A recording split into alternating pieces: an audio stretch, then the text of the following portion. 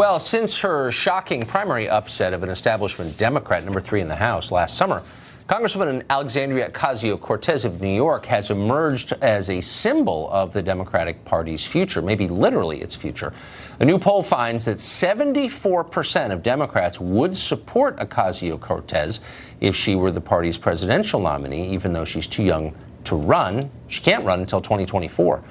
But will the world even make it that long? That's the question that hangs in the air after an interview Ocasio-Cortez did Monday at an MLK Day event. She warned that climate change could destroy this planet very soon. We're like, the world is going to end in 12 years if we don't address climate change. And your biggest issue is, your biggest issue is how are we going to pay for it? And like, this is the war. This is our World War II. Deroy Murdock is a contributing editor at National Review. He does not end every sentence with a question mark on an up inflection, unlike certain members of Congress we could name. He joins us tonight. Deroy, does it even matter? Like, what are we doing? If I could just say, like, comma, what are we doing here, man? We only have 12 years to go. Like, does it make you rethink whether you want a reverse mortgage, whether you can run up your credit card debt? Like, if you really believe that, how would you live? Well, like, man, I think I'm going to leave the studio and fill out my last will and testament. Because this could happen any minute, you know. It might not be 12 years, it could be 2 or 3 years. But, I mean, who would your material effects go to if the entire Earth is destroyed? Look, well, I guess my friends on Mars or Jupiter, I suppose. There are things about it, I just want to be clear about Ocasio-Cortez I take serious. I agreed with her, by the way, on Amazon relocating to New York. Got that one right. But this stuff, the climate stuff, why does nobody ever pause and ask, like none of the adults in America, assuming there are any left, and ask, like, what do you mean the world ends in 12 years? Can you be a lot more specific? Why does nobody ever press that question? Well, unfortunately, there, on the left in particular, there are a lot of adults who repeat that sort of thing. Back in 2006, our former Vice President Al Gore, the man behind Inconvenient Truth, he predicted, I believe it was, that very soon we would have Arctic melting and things of that sort, and we wouldn't be here very much longer.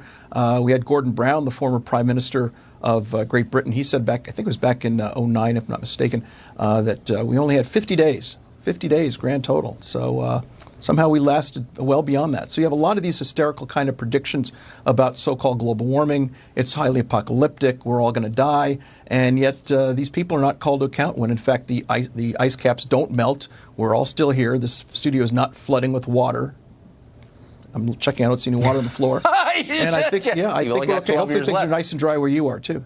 But so the only sector of our economy that's really grown recently is the energy sector, and that's the very sector that the Green New Deal would eliminate, to flat out eliminate. If you wanted to destroy America, wouldn't you do that first? It'd be a very good way to do it. I mean, we are now exporting oil, which is pretty much the first time in my lifetime I can remember that happening.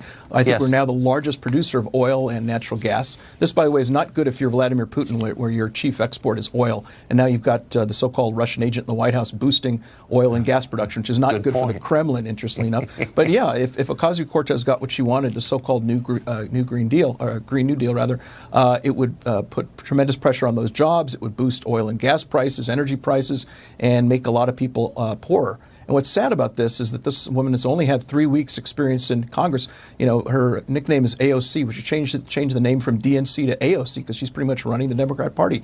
She started pushing Green New Deal, and now they're jumping up and down and saying, yeah, we like the Green New Deal. She's pretty much the tail that's wagging the entire donkey of the Democrat Party. So we're almost at time, but very quick. How terrified and resentful do you think Nancy Pelosi and Schumer and Steny Hoyer and all the sort of the elderly mandarins of the Democratic Party are? How much do they hate AOC, would you say? Probably a whole lot. I mean, this is the first time she's been in office. She's not even 30 years old. Is talking about her being president. She's obviously way too young to run. And yet every time she opens her mouth, she gets tremendous attention. You know, radical ideas like, hey, let's abolish ICE. That was a crazy idea 6 months ago. She came out for it, and now it's a standard plank in the Democrat Party. So she's, as I say, I think she's basically running the Democrat Party right now. Remarkable. She's everything they deserve. That's it. Deroy Murdock, great to see you, Great as always. See you. Thank you. Thank you.